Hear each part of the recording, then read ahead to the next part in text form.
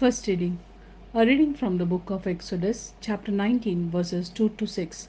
Setting out from Rephidim, they reached the desert of Sinai and pitched camp in the desert there. Facing the mountain, Israel pitched camp. Moses then went up to God, and Yahweh called to him from the mountain, saying, Say this to the house of Jacob.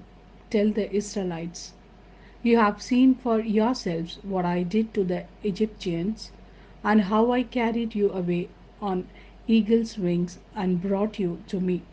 So now, if you are really prepared to obey me and keep my covenant, you, out of all people, shall be my personal possession, for the whole world is mine. For me, you shall be a kingdom of priests, a holy nation.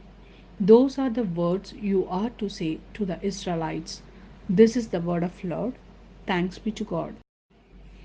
Second reading. A reading from the letter of St. Paul to the Romans, chapter 5, verses 6 to 11. When we were still helpless at the appointed time, Christ died for the godless. You could hardly find anyone ready to die, even for someone upright, though it is just possible that for a really good person, someone might undertake to die. So it is proof of God's own love for us that Christ died for us while we were still sinners.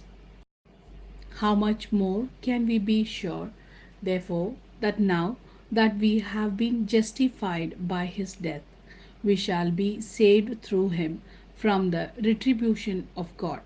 For if, while we were enemies, we were reconciled to God through the death of his Son, how much more can we be sure that, being now reconciled, we shall be saved by his life? What is more, we are filled with exultant trust in God through our Lord Jesus Christ, through whom we have already gained our reconciliation. This is the word of Lord. Thanks be to God. A reading from the Gospel according to Saint Matthew, chapter 9, verses 36, and chapter 10, verses 8. And when he saw the crowds, he felt sorry for them, because they were harsh and dejected, like sheep without a shepherd. Then he said to his disciples, The harvest is rich, but the laborers are few. So ask the Lord of the harvest to send our laborers to his harvest. He summoned his 12 disciples and gave them authority over unclean spirits, with power to drive them out and to cure all kinds of disease and all kinds of illness. These are the names of the 12 apostles. First, Simon, who is known as Peter, and his brother Andrew, James, the son of Zebedee, and his brother John, Philip and Bartholomew, Thomas and Matthew, the tax collector, James, the son of Alphaeus, and Thaddeus, Simon the Zealot, and Judas Iscariot, who was also his betrayer.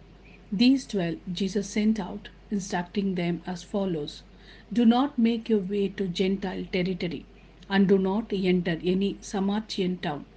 Go instead to the lost sheep of the house of Israel. And as you go, proclaim that the kingdom of heaven is close at hand. Cure the sick, raise the dead, cleanse those suffering from virulent skin diseases, drive out devils. You receive without charge, give without charge. This is the word of Lord. Thanks be to God.